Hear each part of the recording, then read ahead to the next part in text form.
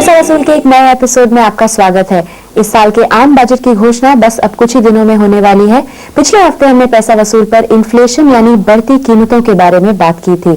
इस हफ्ते एक खास चर्चा में हम नजर डालेंगे इनकम टैक्स पर, जो बजट का ही एक और पहलू है, एक ऐसा पहलू जिसका सीधा असर पड़ता है आपके घरेलू बजट पर। और इस विषय में बात करने के लिए हमारे साथ हैं टैक्स विशेषज्ञ वेद जैन। मिस्टर जैन, पैसा वसूल पर आने के लिए बहुत बहुत शुक्रिया। मेरा सबसे पहला सवाल है पीपीएफ को लेकर।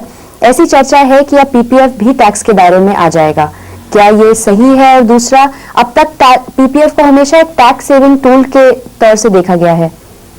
नहीं, पीपीएफ टैक्स दायरे में आने का कोई ऐसी संभावना नहीं है। शायद हम जो बात समझने की कोशिश कर रहे हैं कि जो आज की डेट में हमें छूट मिलती है कि पब्लिक प्रोविडेंट फंड में हम जो पैसे लगाते हैं और जब वो पैसा वापस निकलेगा उस पर टैक्स लगेगा।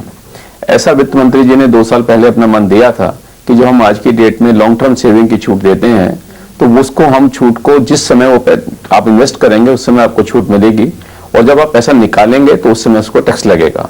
लेकिन जब भी ये स्कीम आएगी वो स्कीम प्रोस्पेक्टिव आएगी, यानी आगे से लागू होगी। उस डेट के बाद जो पैसा पीपीएफ में जाएगा और उसमें जो पैसा विड्रॉ होगा तब लगेगा। मुझे नहीं लगता कि वित्त मंत्री जी उस स्कीम को इतनी जल्दी इंट्रोड्यूस कर पाएंगे और जब भी ये स्कीम इंट्रोड्यूस होगी वो एक नया पीपीएफ अकाउंट होगा, एग्जिस्टिंग पीपीएफ अकाउंट में। तो जिन लोगों ने अभी तक पीपीएफ में इन्वेस्ट किया है उनके लिए ये कोई चिंता वाली बात नहीं है? कोई चिंता की बात नहीं है, बिल्कुल भी। कोई स्कीम ऐसी नहीं है कि जिसकी छूट आपको पहले मिल गई और आज की डेट में पीपीएफ से पैसा निकालेंगे तो टैक्स लग जाएगा, ऐसा नहीं है। और पीपीएफ का 8% का आज की डेट में इंटरेस्ट मिलता है जो टैक्स फ्री है, वो अच्छी इन्वेस्टमेंट आज की डेट में। इसी से जुड़ा हुआ है ईईटी। ईईटी क्या है, हमारे दर्शकों के लिए थोड़ा आसानी से इसको देखिए, ये एक इंग्लिश का वर्ड है ईईटी, एग्जम्प्ट टैक्स, और इसका कंपैरिजन होता है एग्जम्प्ट ईईई, यानी कि जिस समय आप इन्वेस्ट करते हैं वो पैसा एग्जम्प्ट है, जो आप इन्वेस्ट रिटर्न लेते हैं वो एग्जम्प्ट है, और जब आप वो विड्रॉ कराते हैं तो एग्जम्पशन है। तो ये एग्जम्पशन का मॉडल है।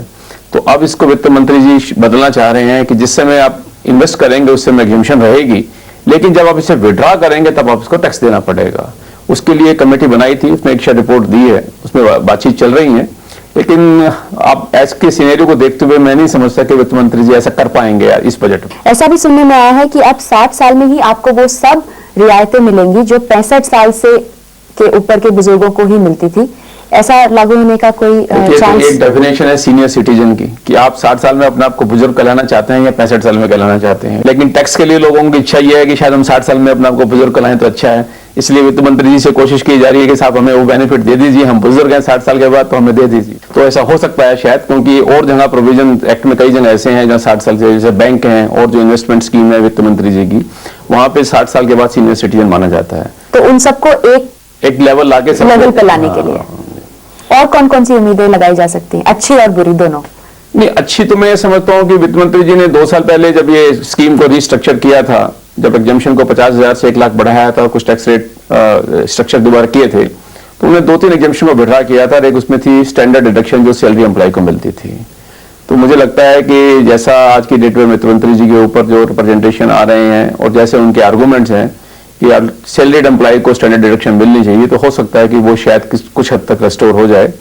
और ये इसलिए भी संभव है कि आज की डेट में टैक्स में बुएंसी काफी है, तो इंडिविजुअल टैक्सेशन में ये शायद बेनिफिट देने के लिए वित्त मंत्री जी शायद उसके ऊपर कुछ कर जाए। तो स्टैंडर्ड डिडक्शन वापस आ सकता है आपको? कुछ हद तक आ सकता है। मेरे हिसाब से एम्प्लॉइज का एक जस्टिफाइड काज है। जैसे एक बिजनेसमैन अपनी बिजनेस को इनकम करने के लिए बहुत सारे खर्चे करता है और वो सारे खर्चे उसको अलाउ होते हैं, तो मैं नहीं समझता कि एक सैलरीड एम्प्लॉय वो भी कुछ खर्चे करता ही है अपनी सैलरी की इनकम अर्न करने के लिए, तो प्रोबेबली वो भी उसको एग्जम्पशन मिलनी चाहिए। और पर्सनल टैक्स ब्रैकेट, उसमें क्या बदलाव एक्सपेक्ट किए जा सकते हैं? पर्सनल टैक्स ब्रैकेट में मैं नहीं समझता कि वित्त मंत्री जी बहुत कुछ कर पाएंगे। 2 साल पहले काफी अच्छा रिस्ट्रक्चरिंग किया था। 1 लाख की इनकम को पूरा एग्जम्प्ट किया हुआ है। 1 लाख आपको इन्वेस्टमेंट के नाम से बेनिफिट मिलता है, जो आप जिसमें पीपीएफ और एलआईसी आती है। फिर 1 लाख से 1,50,000 के ऊपर आपको 10% का ही टैक्स रेट लगता है। फिर 1.5 लाख से 2.5 लाख तक 20% का टैक्स रेट लगता है। उसमें नहीं लगता है। अगर वित्त मंत्री जी ने किसी वजह से टैक्स में जैसे कलेक्शन अच्छी हुई है, सरचार्ज हटाने की बात की, तो जो इंडिविजुअल जिनकी इनकम 10 लाख से ऊपर है, जिनको आज की डेट में 10% सरचार्ज लगता है, तो शायद उनको बेनिफिट आ जाए। दूसरा बेनिफिट जो मैं समझता हूं वो आ सकता है, जो वो ये है कि अगर ऐसे कारपोरेट रेट की बात हो रही है कि आज की डेट में 30% से शायद 1 या 2-3% कुछ गिरा दें वित्त मंत्री जी, वो भी ये देखते हुए कि जो हमारे नजदीक की कंट्री हैं, मलेशिया है, जो सिंगापुर है, वहाँ टैक्स रेट कुछ कम है, उसको देखते हुए अगर वो कम करेंगे तो शायद वो इंडिविजुअल का भी रेट ब्रैकेट उस पर ले आएंगे, 30% की जगह वो उसको 28 पे ला सकते हैं। तो ये तो हुई बात पर्सनल टैक्स की। सर्विस टैक्स की मार भी एक आम आदमी की जेब पर पड़ती है जब वो काफी चीजों के लिए ज्यादा देता है सर्विस टैक्स के नाम पर।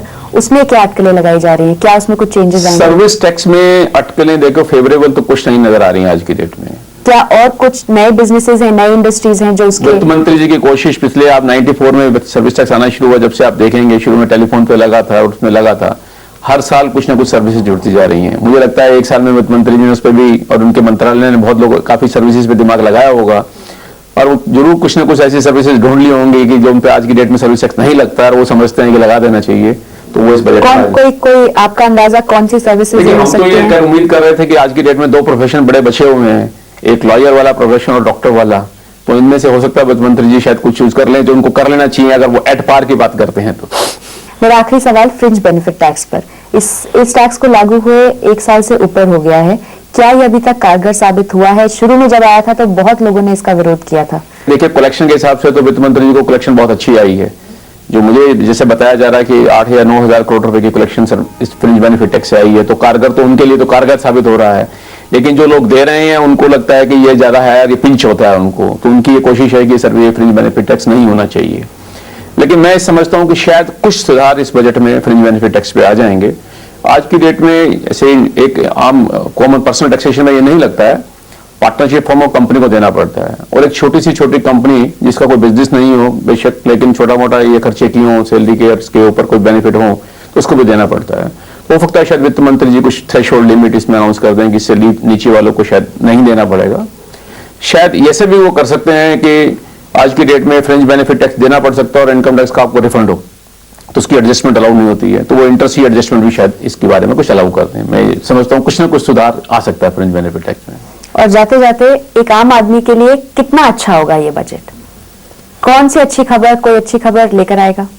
इतना मैं जरूर कह सकता हूं कि आम आदमी के लिए कुछ अच्छी खबर लेकर आएगा, कोई ऐसी खबर नहीं आएगी जो उसको उससे चिंता होगी, क्योंकि टैक्स कलेक्शन बहुत अच्छी है। पर्सनल टैक्सेशन में कंसेशन की ही गुंजाइश लगती है, लेने की गुंजाइश नहीं लग सकती, तो ऐसा मुझे उम्मीद है कि पर्सनल टैक्सेशन फ्रंट पे कोई ना कोई अच्छी खबर लेके ही आएगा। धन्यवाद मिस्टर जैन, हमसे बात करने के लिए बहुत बहुत शुक्रिया। Thank you.